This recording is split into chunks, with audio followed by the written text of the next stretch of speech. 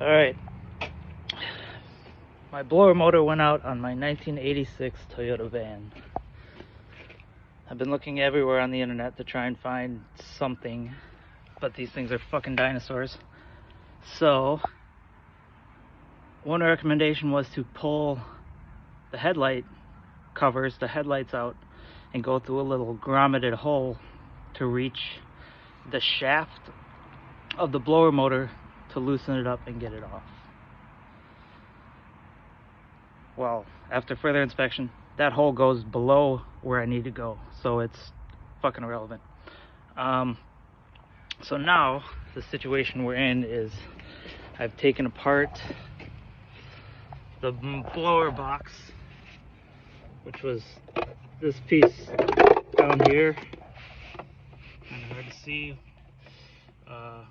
This piece down here goes in between this box where the motor is, which is nearly impossible to get out once it is loose because of this awesome knee bar up here on the top. I'll turn the light on so we can actually see what the hell's going on.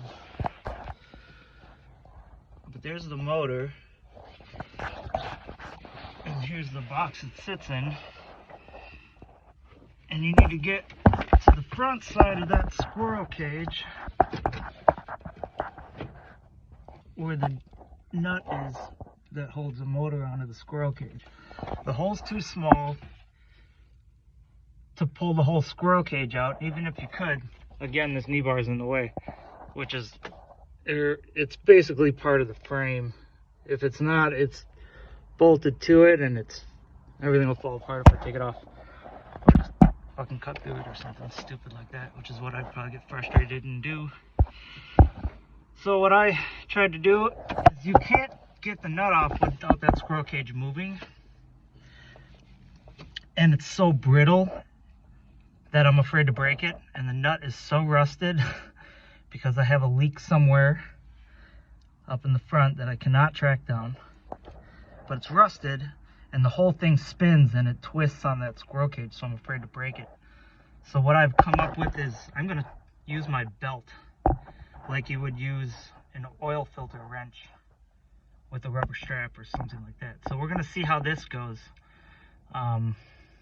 Otherwise this thing might just end up mysteriously flying off a cliff. So let me figure this out, see if I can get anywhere, and I'll update very shortly, I suppose. Or maybe in 8 hours. So, alright, thanks.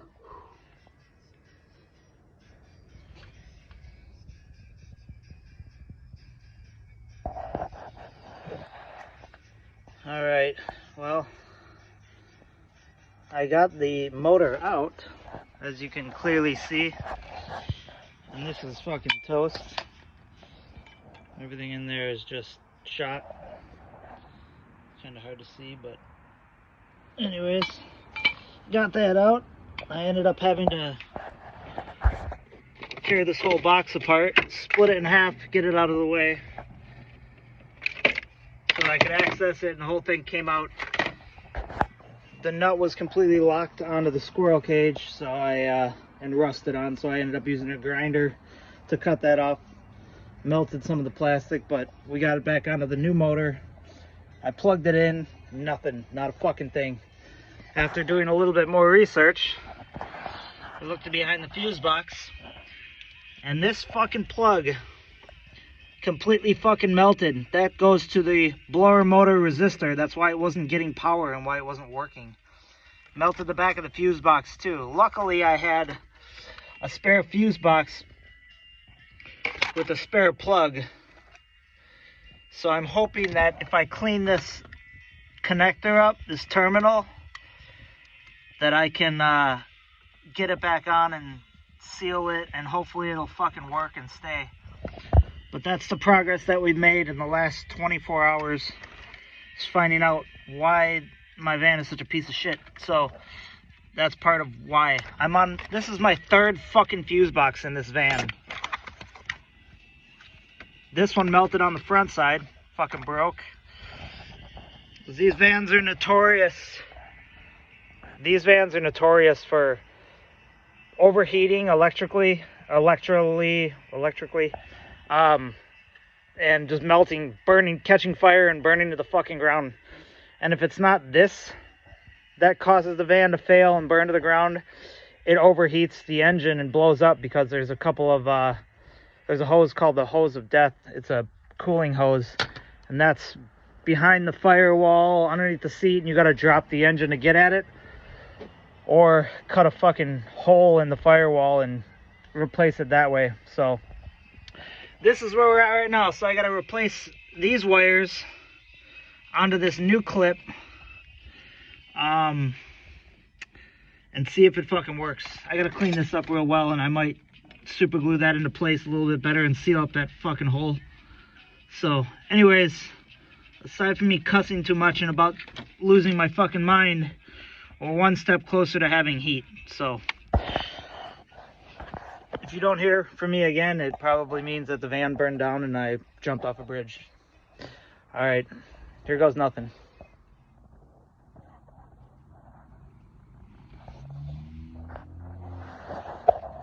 We did it.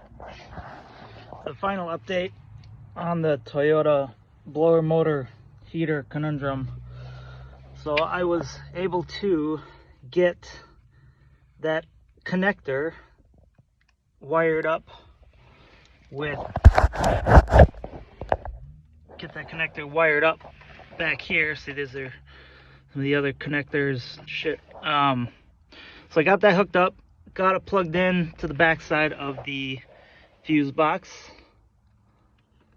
Everything seemed to be solid. I got the plastic piece back in, got the motor back in. Everything still kind of feels a little loose, but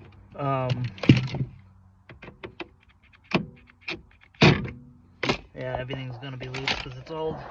Got the connector put on, got the motor in, everything's tightened down. I did miss a couple of these little clasp clips, but because I had 3 of them and I lost 2 of them, so we're just gonna kind of wing it and hope that rocks and drives and works without falling apart. So the moment of truth is about to be known. So this blower motor resistor is still bad, but I plugged it back in just to keep it. And it in theory, you don't even need one if you're going to run it on high all the time, but we're not going to do that. We ordered the part. It should be here in a week or next week. So we're just going to run it on high while it's cold out till that gets here. So this is what it actually comes out to be once we get it rolling. Okay. Setting 1, nothing. Setting 2, nothing. Wait.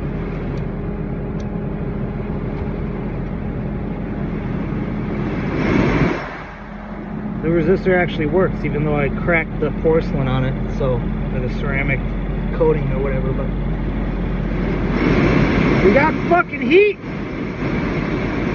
Got a working blower motor. Everything online shows tons of problems and pains in the ass about getting this project done. Toyota VanTech is a massive help for a lot of this stuff, but I couldn't really find anything that really pinpointed what I needed to do to get this job done. There's also another channel that I follow. I think it's Gray Sky Studios. That dude fucking rips. He has a 4x4 88 Toyota van he calls Krusty. He films all his projects he does on that van, and he's been a massive help too, as far as knowledge and tips on keeping these old fucking things running. So yeah, that sucks, and I'm sure I'm probably gonna have to do it again in another like year or 2 years, because these things just, the fuse boxes melt and there's something is going on with it, and I'm clearly not a mechanic. I just kind of try and figure shit out, and sometimes it works and sometimes it doesn't. I'm very fortunate for this to have worked since it's February of 2025, and I'm in the Pacific Northwest and it's cold. Not super cold like the Midwest, which is where I'm from, but I'm just glad to have heat and a defroster. So thanks for sticking around and dealing with my cussing and frustrations, and hopefully this can be some sort of help for anybody that owns an old van like this and wants to do some maintenance on it. Check your connectors, check your relays, check your resistor. Make sure all your connections are good.